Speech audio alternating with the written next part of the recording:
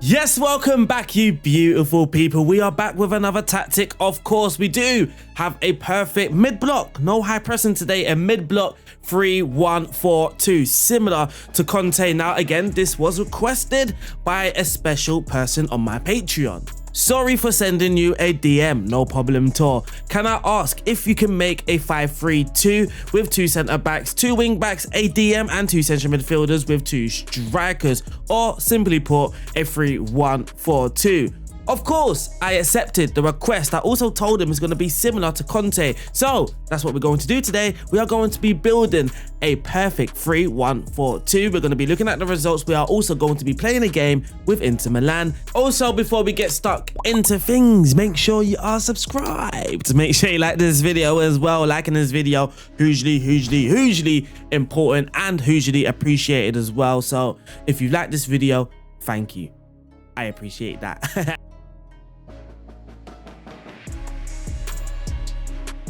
Though this is inspired by Antonio Conte, we did use Sheffield Wednesday to create it, and I used Sheffield Wednesday's squad to build this perfect tactic. The reason why I use Sheffield Wednesday is because with the Athletic Football Manager show, we are doing a community challenge with Sheffield Wednesday. So I thought, why not just not one bird with 2 stones, 2 birds with 1 stone? 2 birds with 1 stone, that's it, 2 birds with 1 stone.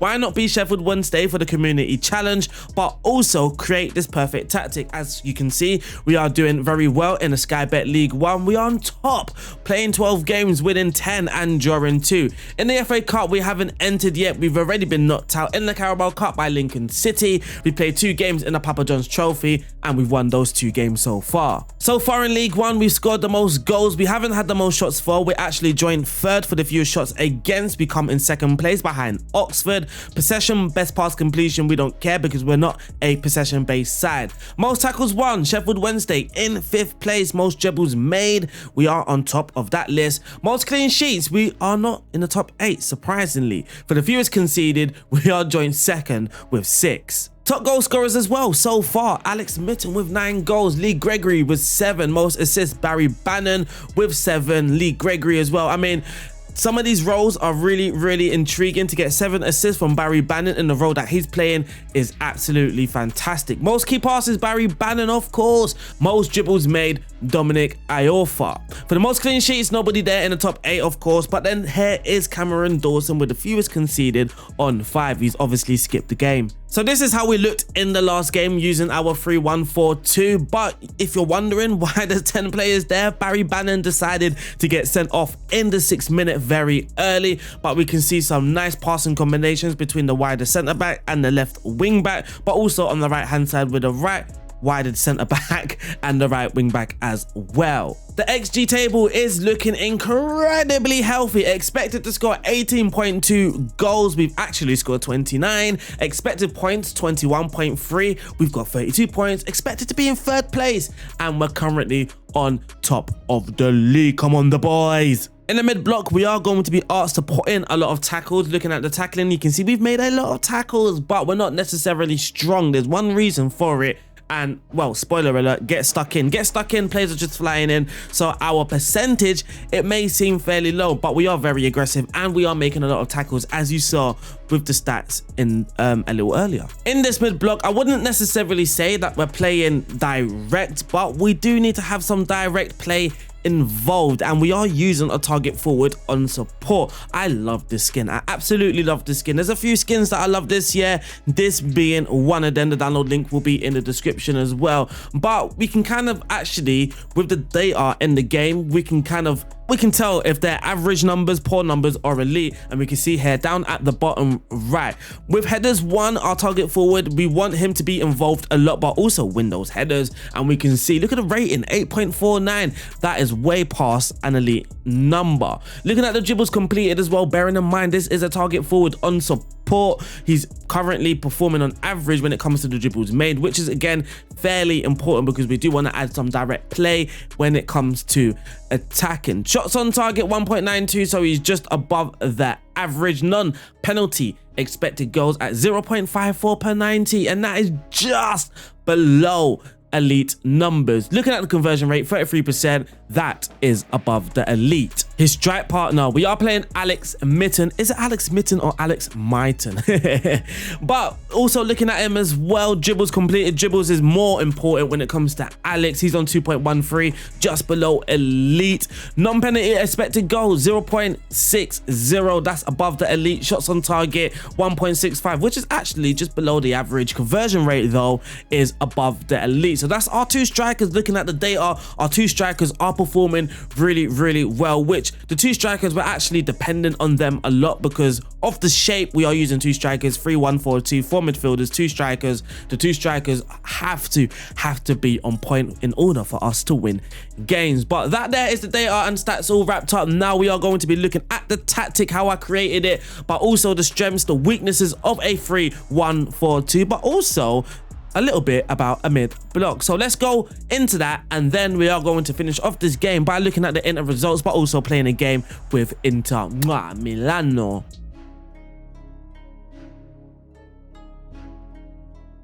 We can also take a look and talk about the advantages and disadvantages of a 3-5-2, which I've been calling a 3-1-4-2. While the centre backs shift into the half space to create angles to 1. Receive the ball, 2. Position in better spaces to progress the ball. 2 central midfielders can provide depth and create a pivot to receive from our goalkeeper or centre backs. 1 central midfielder operates higher up the pitch to link up play between the midfield and attack, ensuring a creative link in and around zone 14. The wing backs provide width and operate high. The 2 central forwards create combinations with each other, wing backs and attacking midfielder. 1 drops deeper whilst another looks to run off. Now, natural advantages. 3 centre backs offer more passing options when playing through the thirds. 3 central midfielders can create overloads in the middle with support from a central forward dropping deeper, and 2 central forwards can pin opposition central defenders. Natural disadvantages. 3 centre backs attack with 1 less attacker compared to when you're using 2 centre backs. Wing backs can be outnumbered in 2 versus 1 when the attacking team are attacking against you, and the number 10 can become outnumbered if playing against a double 6. When entering the final third, building the attack from deep, the key factors. Central backs positioned in the half space to progress the ball vertically into advanced central midfielders or pivot player. Pivot player retains deeper position to link defense to midfield, but also pick up second balls.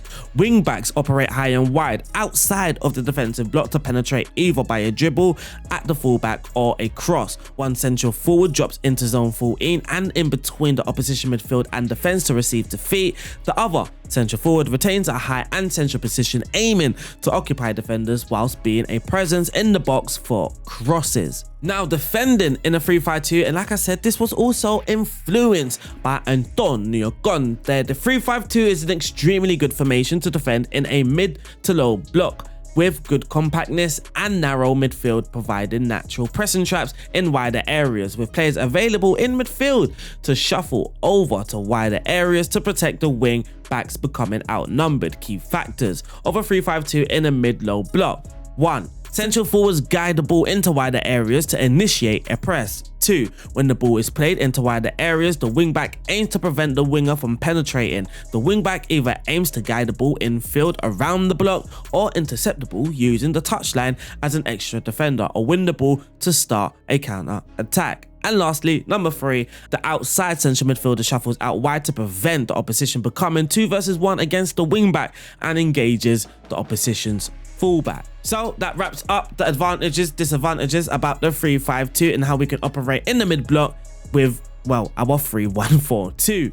Now, to create the perfect tactic at Sheffield Wednesday last year, FM23, I made a few videos of how I created the perfect tactic, and I'm using a similar method here. So what I am doing is I'm kind of sorting the team out by the team's ability, and then what I would do is also select the player, look at his attributes, have a good look at his attributes and see what is best for that player. But what I've also got is the player style next to the star, so I kind of have a good idea of that player style, how he likes to play on the Football Manager match engine. So Barry Bannon for me was number 1, and I put him in DM. Now, I also looked at his attributes. Looking at the passing area, he's got very good passing. His passing attribute is on 15. His fitness level, he's very fit, he works hard, he's got very good crossing as well, but his mentality is also very, very good. For me, I felt this guy, he had to be a playmaker. He just has to be a playmaker. Now, what I can also do is go into, not development, so it is in development. I can go into tactics, just select the DM role, and then here we've got a list of his few best roles. Now, for me, a deep line playmaker is going to stand still, hold his position in front of the back three. So Gunnar Volante is obviously going to drift forward, but we're looking for a playmaker, a Roman playmaker. He's going to get the ball and he's going to drive with it at his feet. Whereas a Regista, he kind of operates as a more of aggressive deep line playmaker. He's got more of a freedom to roam, so he can go over to the left, over to the right hand side, pick up the ball from the back three. Now, considering we've got a back three all holding their shape, I didn't feel then I needed a deep line playmaker also holding his shape. So for Barry Bannon, what I've gone for is a Regista. Next was Alex Mitten, or Alex Myton, and I put him up front because of course we don't have any wingers. Now, looking at his attribute, what is he good for? Now, we already know about Lee Gregory, and we already know he's a physical player. He's very good in the air, lightly using him as a pressing forward or a target forward. Therefore, Alex Mitten, or his strike partner,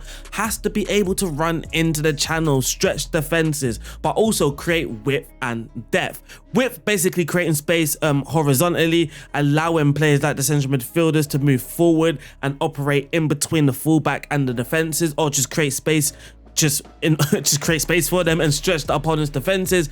And depth is basically just stretching the pitch vertically, but I'm hoping I've got that right. He's stretching the pitch vertically. So let's say we've got an attacking midfielder or a central midfielder on attack, and then we've got an advanced forward on attack. If they're playing behind each other, we're not actually creating much depth. We're not creating any gaps or spaces. But if we have a central midfielder, for an example, he's going to hold his position in central midfield. The advanced forward is then going to run forward, and there you are creating some depth between the opposition's defensive line. So Alex Mitten is going to be our advanced forward. And then his strike partner, we've got Lee Gregory, we've got Smith as well. So we've got two physical strikers. So for me, we have to use a physical striking role. It could be a pressing forward or it could be a target forward. I've gone for a target forward on support. So we've kind of covered the central areas. We've got the Regista, the target forward, and the advanced forward. We need to focus on the flanks because now we need some width for real. So we are going to use two wing backs, both of them on attacking duty, both giving us that much needed width on the outside. And these players are going to be key. They're going to need to be fast and not too bad at crossing the ball or being creative. And what we're getting here, like I said, creating depth and creating width. The wing back on attack, the advanced forward on attack, it's unlikely this player here is going to also be moving further forward. Actually, he's just going to be operating in this sort of area, and what we can get is the wing back just playing those. We all know about those wing backs playing the through ball to the target forward.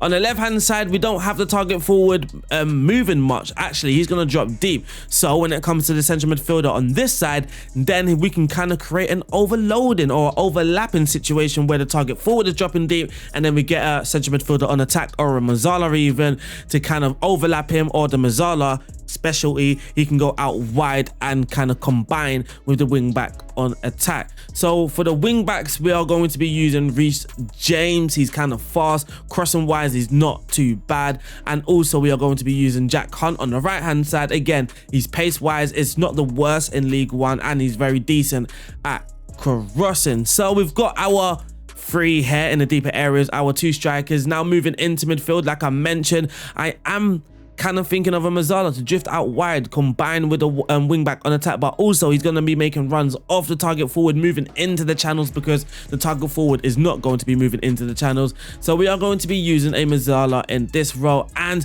we are using Backinson, who is not too bad in the final third. He's got decent ball control, decent mentality as well. His speed, he kind of lacks on the acceleration, but he makes up for that with pace. His endurance is very good, strength is very good as well, so he's not going to be missing due to physical battles. Ball control very decent. So we are using Backinson. Now here in central midfield, what don't we have? We don't have someone that's going to drop or collect the ball, or someone that just drives and being a link between the midfield and the attackers. So for that link, we are going to be using a box-to-box midfield, and we are now, well, it could be any old person, but we are going to be using Will Vaux, who is a leader And yeah, he's going to be our box-to-box midfielder. Now we can move over to the defense. On the right-hand side of the defense, what I'm thinking about is the wing-back getting further forward, but also Alex Mitten running into those channels. So maybe we should get some supply for that. So why not use a ball playing defender? Now I got Iafora, I believe that's how you pronounce his name.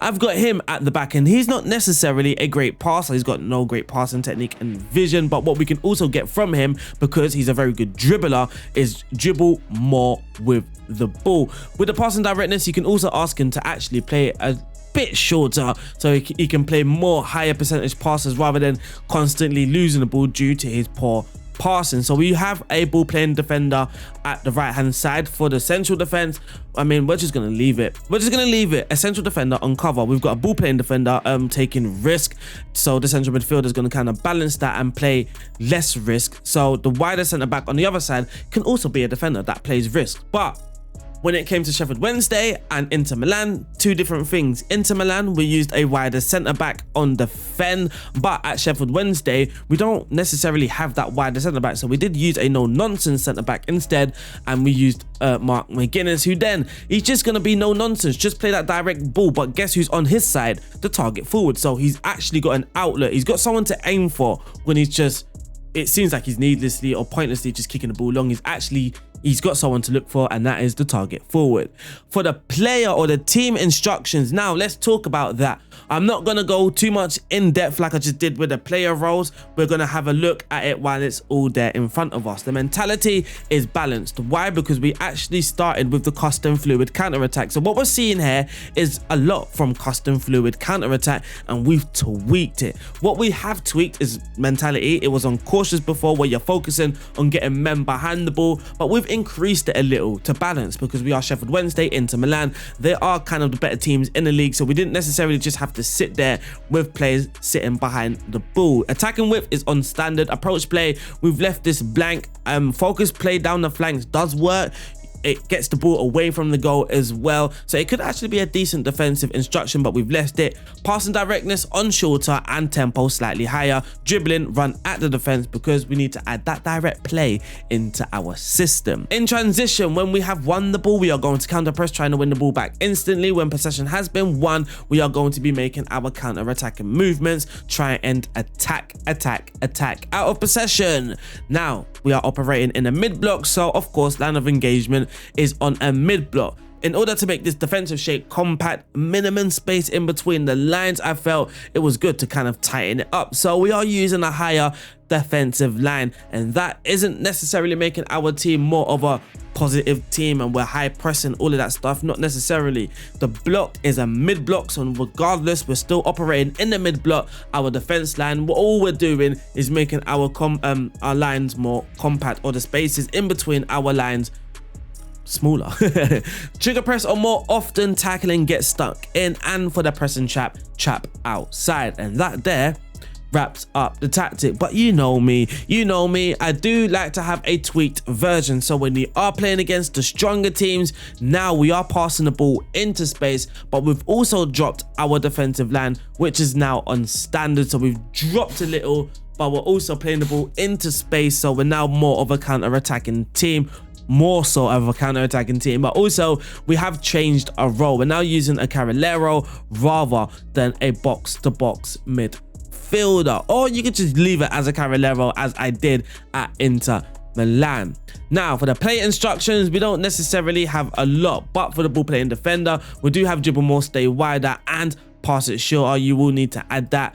And in the end, we are using close down less, but also close down less on the Carrilero, mainly being we do have more often on our trigger press, and in the mid block you actually don't want to break your defensive shape too often, because you're just going to be creating gaps and spaces for the opponent. So that there is the tactic all wrapped up. Now I'm guessing it's time to go to Inter Milan, but before we do, if you have been enjoying this video so far, make sure you are subscribed, make sure you like this video. Of course, liking this video helps a lot, so that would be hugely appreciated. Also, if you have any requests, tell me in the comment section. So here we are at Inter. We've won the league. We're not going to go into the results again. Besides, we are Inter. You're kind of expecting expected to win the league, but we've played 37, we've won 25, we've drawn 10. Now, most of these draws actually come towards the end of the season. You can see a lot of greens here. Then when we got towards the end of the season, it felt like we were getting a bit leggy. We've got a 0-0 draw to Sampdoria, 1-1 Lazio,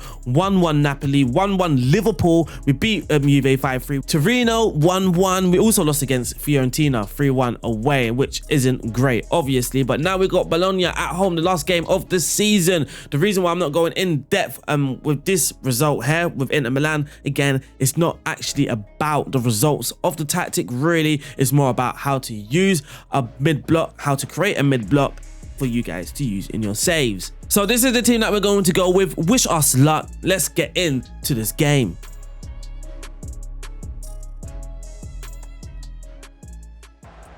So here comes the first highlight in the 4th minute. Whoa, is it moving a bit fast? Nah, that should be fine. It's a long kick and we win the ball. Here's Dzeko, Lautaro Martinez. Here comes the wingbacks now in space. Here's Dumfries driving towards the box, whips it far post. Gersons heads the ball over the bar.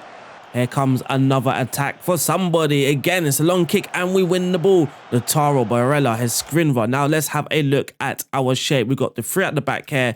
2 wing backs stretching the play, Dumfries and Gersons. We've got our playmaker. Look, he's roaming. Like I said, I need him not to hold his position here, but just kind of move with play. Drift over if the ball's on this side. If the ball goes on the other side, I want him to drift over to that side as well. We've got our Carrilero, which is making sure he is filling in. And if we lose the ball, we've got the Barella,